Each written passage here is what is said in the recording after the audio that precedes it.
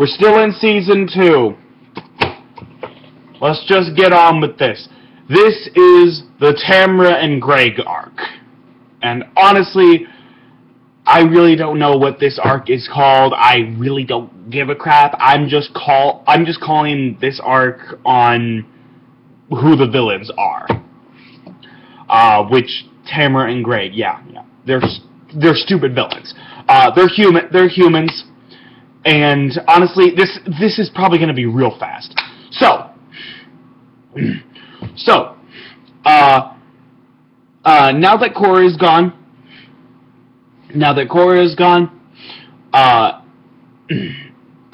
Emma and Henry and Rumpelstiltskin, they all go to find Bellfire, Rumpelstiltskin's son. They do. They get back to Storybrooke. This is Sissy. Hey.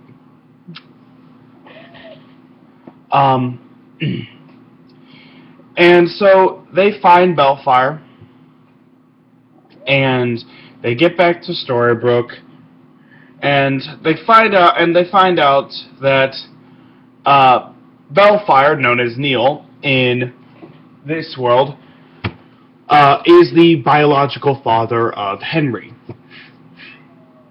So,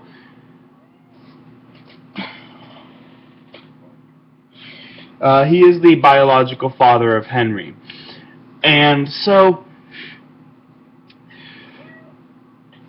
Sissy, stop! He is the biological father of Henry, much to the dismay of Rumpelstiltskin, because Rumpelstiltskin had a vision that the boy who would lead him to his son would also be his undoing. That boy would be Rumpelstiltskin's undoing. And so, yeah.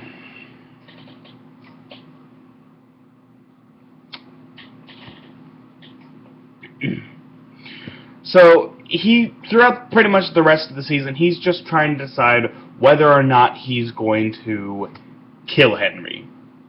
If he's going to kill Henry and end up giving in to the darkness, like he usually does, or if he's going to let Henry live and allow himself to be undone. Because things are different now that Henry is family. Henry is his grandson. And so it's a tough choice for him, because choosing the darkness again means betraying a family member yet again. That's something he did before with Bellfire, and he regretted it his whole life.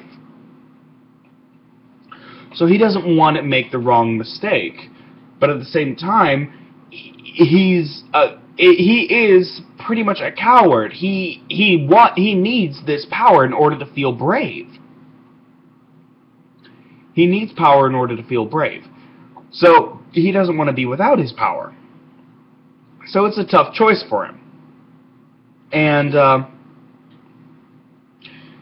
throughout all this, Tamara and Greg, he came to Storybrooke once, and with his father, but only he left Storybrooke. His father did not. So Greg is back, and he wants answers as to what happened to his father.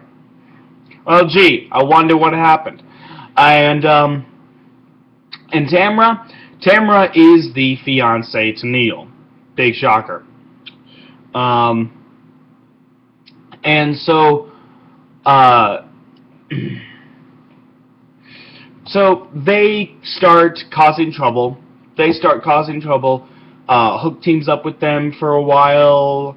During the course of this story, he's also getting closer and closer to Emma.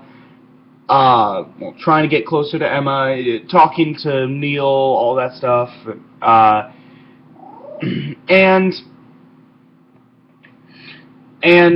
Yeah, so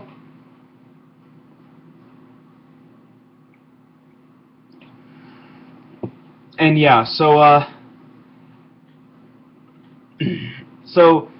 at the end of the season, Tamara and Greg activate a crystal that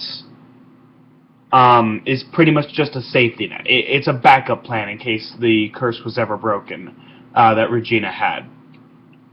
The crystal, once activated, it would eventually destroy all of Storybrooke and everyone in it.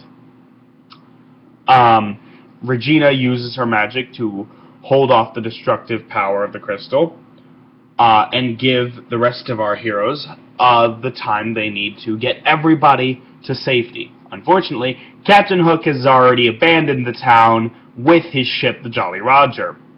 So their way out is gone. And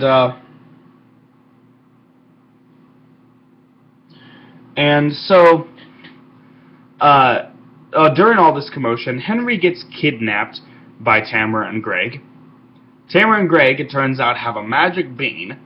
They toss it into the ocean, they jump in with Henry, and take him to a different world.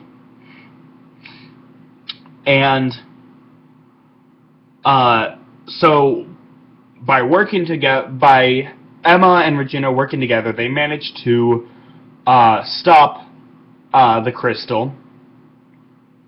They managed to save the town, but they have no way of chasing after Tamara and Greg until Hook shows up. Hook shows up and he agrees to help them, and Rumpelstiltskin, he finally makes the decision. He is going to save his grandson. He's not going to give in to the darkness this time. He's going to save his grandson, even if it means his undoing. So, Regina, Emma, Hook, Rumpelstiltskin, Snow, and Charming, the six of them all climb aboard the Jolly Roger, and they all head off to travel to this new world. Where is this new world located? It's located over at the second star to the right and straight on till morning. A place where people don't age. A place ruled by a boy and his shadow. And if they are to have any chance of getting Henry back, they need to work together. They need to work together in order to survive the trials that lay ahead. For as we all know, Pan always wins. Thanks for watching. That's it for this video. This was a really short one, 8 minutes, and that's really all I have to say. There are a few things that happen here or there during all this, but really, none of it really amounts to anything. It's not important. The only important stuff is pretty much what I covered just now. You really don't need to know any other information other than that. So, with all that said, thank you for watching. Like, comment, subscribe. I'm looking forward to finally covering Season 3. We're going to enter my all-time favorite arc in the series, the Pan arc. So, I'm looking forward to that. I hope you guys are too. Thank you so much for watching. I will see you guys in the next video. Take care, everyone.